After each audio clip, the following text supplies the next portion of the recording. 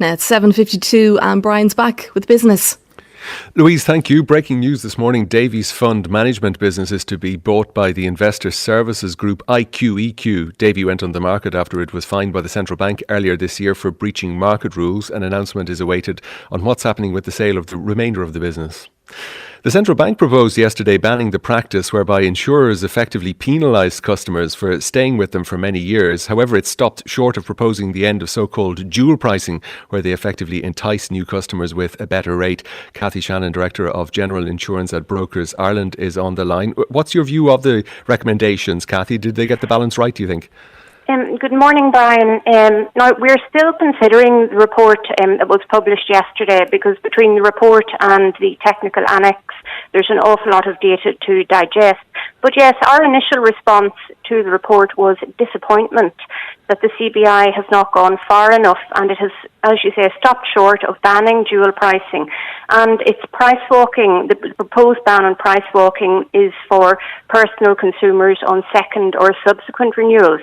So this should serve to limit harm to a cohort of customers. But we take the view that all consumers are equally deserving of the protection of the financial regulator.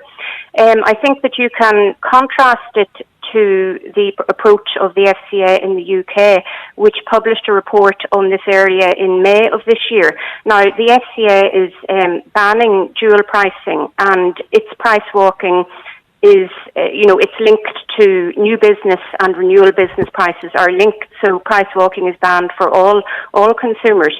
And The central bank's argument is that if there are good introductory offers there, it fosters some element of competition.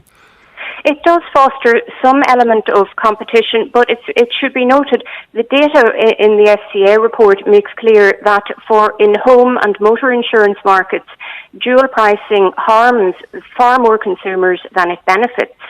And I certainly take the view that all consumers are entitled to fair value. Like, why should a consumer necessarily have to shop around to get fair value from an insurance company? So, should insurers have to refund customers now that they've effectively been overcharging for years? Well, I don't know that I'd go that far. I mean, that's sort of outside the scope of the report. Certainly into the future, they ought to be using fair value. That is what consumers ought to be entitled to, in our view. We're still considering the report, and we welcome very much the consultation, the public consultation that is open until the 22nd of October. We'll be putting in a consultation paper to that, and would recommend that all stakeholders and interested parties do so. There's a multiplicity of problems besetting the car insurance industry. One is price signalling, where insurers were essentially flagging price rises to their competitors, and brokers were found by the CCPC to be complicit in this in their preliminary study. So do brokers have a role to play here too? I certainly don't want to talk about the ongoing price signalling investigation, because it is still subject to an investigation that's ongoing. So it's not appropriate that I discuss that in detail. But when you say a role played by brokers, what do you mean? In what respect? Well, I suppose the ultimate test here is, will it bring premiums down, and do brokers have a role to play there as well?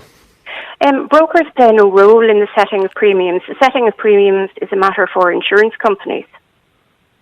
Okay, Cathy Shannon of Brokers Ireland, thank you very much indeed for talking to us this morning. More business news at 8:30. Gavin.